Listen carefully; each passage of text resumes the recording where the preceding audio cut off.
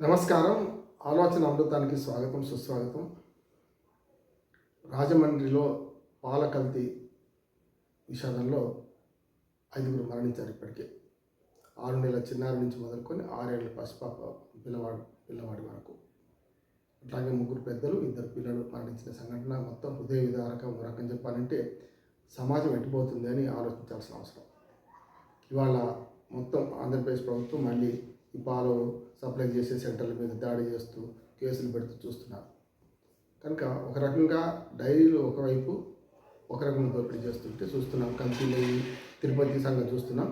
ఇక గ్రామాల్లో కానీ పట్టణాల్లో కానీ ఏదైతే పాకెట్ పాలు వాడకుండా మేము ఏదో మంచి పాలు తాగుతున్నాం అనుకొని, గేదె పాలు అనుకొని, ఆవు పాలు అనుకొని తెప్పించుకుంటున్న వాళ్ళ పరిస్థితి ఇప్పుడు విషాదకరంగా మారింది. అంటే ఏది నమ్మాలి? అంటే తెల్లని వాళ్ళు అన్ని పాలు కాదు, నల్లని వాళ్ళు నీళ్లు కాదనంటే, జనరల్గా పాలల్లో కల్తీ అంటే నీళ్లు కలుపుతారు. జనరల్గా సగం క్యాన్ పాలు, సగం క్యాన్ నీళ్లు, అందులో మళ్ళీ బరువు రావడానికి లేకపోతే యూరియా కలపడం ఇట్లాంటివన్నీ గతంలో చూసినాం. ఇప్పుడు పూర్తిగా ప్రాణాలు హరించే రసాయనాలు కలిపి ఇవాళ పాలను తయారు చేసి తీసుకొచ్చి పోశారు. శివరాత్రి నాడు తాగిన వాడు శివశివ అంటూ ఒక 5 చనిపోయారు. ఇంకో 7 పరిస్థితి విషమంగా ఉన్నది.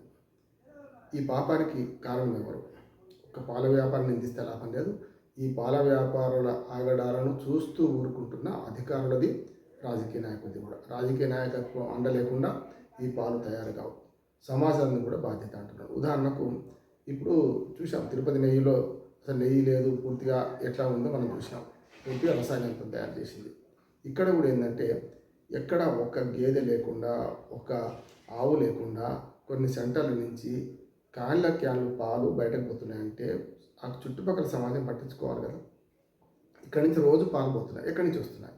మరి కొన్ని ఇన్కమింగ్ ఉంది, అవుట్ గోయింగ్ అంటే వేరు. ఏమీ ఇన్కమింగ్ లేకుండా కల్తీ కళ్ళు ఎట్లా తయారు చేస్తున్నారు? కళ్ళులో గత గుమ్మడికాయ రసం రకరకాలు తయారు చేసి, అసలు కళ్ళు లీటర్ ఉంటే 10 లీటర్ల కళ్ళు తయారు చేసి వాసన కోసం రకరకాల కలిపి చేస్తున్న సందర్భం చూస్తూనే కల్తీ కళ్ళు మరణాలు చూసాం. ఇప్పుడు కల్తీ పాల మరణాలు చూస్తున్నాం. అంటే కాలకూట విషం అనే వాళ్ళ గతంలో ఇది పాలకూట విషంలాగా తయారైంది. పొద్దున లేవగానే మన ఇంటి ముందున్న పాల ప్యాకెట్లో నిజంగా పాలెన్ని అని ప్రశ్నిస్తే, నేతి బీరులో నెయ్యి ఎంత అంటే తిరుపతి లడ్డూలో ఉన్నంత అన్నట్లే ఇక్కడ కూడా పాలల్లో పాలు కావాలి పాలకూట విషం అని అర్థమవుతుంది. నేను చెప్పాను కదా, దీనికి 3 కారణాలు. ఒకటేమో మనం తాగుతున్న పాలు మంచివి అనుకొని అమాయకంగా పాకెట్ పాల కంటే మంచివి అని తాగుతున్నాం. పాకెట్ పాలలో కూడా ఏం చేస్తున్నాం చూస్తున్నాం కదా మనం. పెద్ద పెద్ద డైరీలు కూడా పాలపొడి తయారు చేసి, పాలు ఎక్కువ ఉత్పత్తులు ఉన్నప్పుడు పాలపొడి తయారు చేసి ఆ పాలపొడిని మళ్ళీ ఎండాకాలానికి వచ్చినప్పుడు మళ్ళీ పాలుగా మారుస్తున్నారు. అదొక పద్ధతి. కానీ రెండోది ఏంటంటే, ఏవైతే చిన్న డైరీలు, చిన్న డైరీ ఫార్మ్స్ పెట్టుకున్న వాళ్ళు కూడా తమ ఉత్పత్తి అవుతున్న పాలకు తోడు దానికి డబుల్ నీళ్లు ఇట్లాంటి రసాయనాలు కలిపి పెద్ద ఫ్యాక్టరీ నడుపుతున్నారు కదా. ఇది రహస్యంగా అయితే నడవదు కదా. పెద్ద ఎత్తున మెషినరీ సప్లై చేసుకుంటున్నారు. అందులో యూరియా కలపడం చూపిస్తున్నారు. రకరకాలుగా ఎట్లా కలుపుతారో మొత్తం కళ్ళకు కట్టినట్టు మీడియాలో వస్తుంటే, ఇది ప్రభుత్వం కళ్ళకు కనపడలేదా అంటుంది, అధికారుల కళ్ళకు కనపడలేదా అంటే కనపడవు. ఎందుకంటే డబ్బు చూసిన కళ్ళు మూసుకుపోతాయి, పరుడుగా అమ్ముతాయి. రోజు ఆ లంచం తీసుకుంటే అధికారులు దాన్ని చూస్తూ ఊరుకుంటారు కదా. చూస్తున్నాం కదా మనం, అదే జరుగుతుంది అంటున్నాను. ఇవాళ అది చూస్తూ ఊరుకుంటున్న అధికారులు ఉంది, దాని మీద ఉన్న రాజకీయ నాయకులు, దాని మీద ఉన్న పై అధికారులు అందరికీ తిలాపాపని తలా పెట్టుకోడు. మరి విలువైన 5 ప్రాణాలు పోయినాయి, వృద్ధులు పోయిండ్రు, అట్లాగే ఇంకొక 7 విషాద పరిస్థితిలో ఉన్నారు. అది కూడా ఒక ప్రాంతంలో జరిగినందువల్ల కొంచెం ఎక్కువ డోసు కలిపారట కనుక దానివల్ల బయటపడ్డది. చూస్తున్నాం కదా, పాలులాగే ఉంటాయి, మంచి చిక్కగా అనిపిస్తుంటాయి. దాన్ని కాగబెడితే వెన్న వెళ్తుంది, అట్లాగే నెయ్యి కూడా కృత్రిమ నెయ్యి వెళ్తుంది. దాంతోపాటు పాడుగావు, పెరుగు కూడా తోడుకుంటుంది. అన్ని దానికి కృత్రిమ పాలల్లో ఎన్ని ఉండాలో అన్ని అవలక్షణాలు ఉంటాయి. అన్ని లక్షణాలు కూడా సమకూరుస్తున్నారు దానికి. అవలక్షణాలకు మరి తొందరగా బయటపడుతుంది కదా కల్తీ. అంటే రకరకాల విష పదార్థాలు కలిపి మొత్తం మీద కల్తీ లేనట్టు చూపిస్తున్న కల్తీ పాలవన్నీ కూడా చూస్తున్నాం.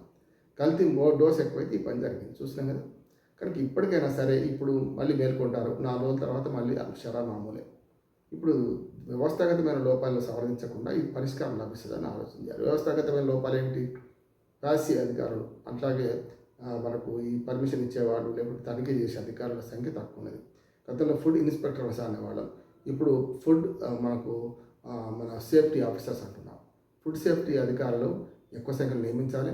ఎక్కడికక్కడ ఈ పాల కేంద్రాలు తనిఖీ చేయాలి. నిజమైన పాలేలా కాదని దాని విచారణ జరపాలి. ఎక్కడైనా ఇటువంటి నేను చెప్తాను కదా, ప్రజలు కూడా దీన్ని పట్టివ్వాలి.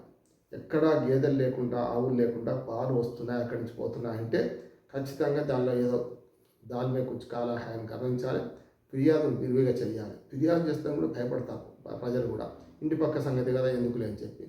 అక్కడ ఉన్న కొంచెం రాజకీయ నాయకులు వాళ్ళకు ఇటువంటి కేంద్రం వాళ్ళు పాలు కూడా ఫ్రీగా వస్తారు. వాళ్ళ తాగేది విషయమే, ప్రజలకు పోసేది విషయమే. కనుక చిల్లర దానికి ఆశపడకండి. ఇటువంటి విషయాల్లో కౌన్సిలర్లు ఉన్నారు, కార్పొరేటర్లు ఉన్నారు, అట్లానే పల్లెటూరులో అయితే వార్డు మెంబర్లు ఉన్నారు, సర్పంచులు ఉన్నారు, ఎంపీటీసీ జెడ్పీటీసీ సరే మాజీలు ఉన్నారు కదా, వీళ్ళందరూ కూడా కలిసి ఏం చేయాలంటే ఎక్కడికక్కడ ఇటువంటి అరికట్టే ప్రయత్నం చేయాలి. దానికి తోడు పోలీసులు కానీ అధికారులు కానీ ఫిర్యాదు రావాలని చూడకండి. ఫిర్యాదు రాకపోయినా మీ పని మీరు చేయండి, అప్పుడు సాధ్యమవుతుంది. అంటే దీనికి అంతా కదలాలంటే పైనుంచి యంత్రాంగం కదలాలి. ఒక రాజమండ్రి సంఘటన ఉదాహరణ తీసుకొని అక్కడికే పరిమితం అయితే లాభం లేదు. రాష్ట్ర వ్యాప్తంగా మన ఉభయ తెలుగు రాష్ట్రాలతో పాటు దేశవ్యాప్తంగా జరుగుతుంది. ఉభయ తెలుగు రాష్ట్రాలు ఇంకా ఎక్కువ జరుగుతుంది. శతకోటి దరిద్రానికి అంతకడ ఉపాయాలు కదా. అందుకని ఇక్కడ జరుగుతున్న మోసాన్ని గ్రహించి అన్ని రాష్ట్ర ప్రభుత్వాలు దీని మీద చేయాలి. కల్తీ విషయంలో, పాల కల్తీ విషయంలో సీరియస్గా పరిగణించాలి. మంచినీళ్ళు తాగితే మరణం అవుతాం, పాలు తాగితే చచ్చిపోతాం, ఇక కళ్ళు తాగితే కూడా చచ్చిపోతాం. కళ్ళుది పెద్దది, కళ్ళుది కల్తీ చూసాం, పాల కల్తీ ఇంతకంటే పెద్దదిగా తయారైంది. రాజమండ్రి సంఘటన ప్రభుత్వానికి ఒక కనువిప్పు కలగాలి. ప్రతిపక్షాలు రాజకీయం చేయడం కాదు, ప్రతిపక్షాలు కూడా ఇందులో బాధ్యులే అంటున్నాడు. అప్పుడు రాజకీయంలో ఉన్నప్పుడు ఇవాళ మొదలైంది కదా, నిన్నలో ఇవాళ మొదలైతే వేరు. ప్రజల ప్రాణాలు పోతున్నా పట్టించుకోరా అని ఇప్పుడు ప్రతిపక్షం అంటది. మరి అంతకుముందు వాళ్ళు చేసినప్పుడు అదే పని కదా. అందుకని ఏదైనా సరే ప్రజల ధన ప్రాణ మానరక్షణ చేయాల్సిన బాధ్యత ప్రభుత్వానికి, రాజ్యానికి. కనుక ఆ డ్యూటీ నెరవేర్చండి. ఇప్పటికైనా సరే కల్తీ పాల విషయంలో కఠినంగా వ్యవహరించమని ఈ రాష్ట్ర ప్రభుత్వాన్ని కోరుతున్నాను. నమస్కారం.